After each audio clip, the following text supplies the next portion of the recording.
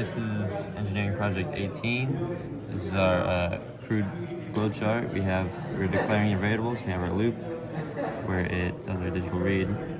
If it is less than or equal to 404, it'll turn our red light on.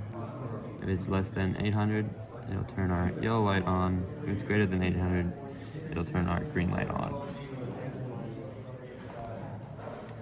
So as you can see, this is our code.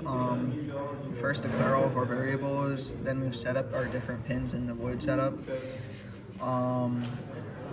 We then have our loop here, so the sensor reads from the potentiometer, and if it's between 0 and 409, then it will turn the green light on.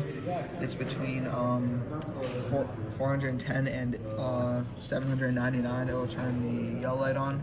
And if it's between, if it's anything 800 and up, then it will turn the red light on. So as you can see on our circuit board here, as we turn it, it will go from yellow to green, and then it will go also from green back to yellow back to red.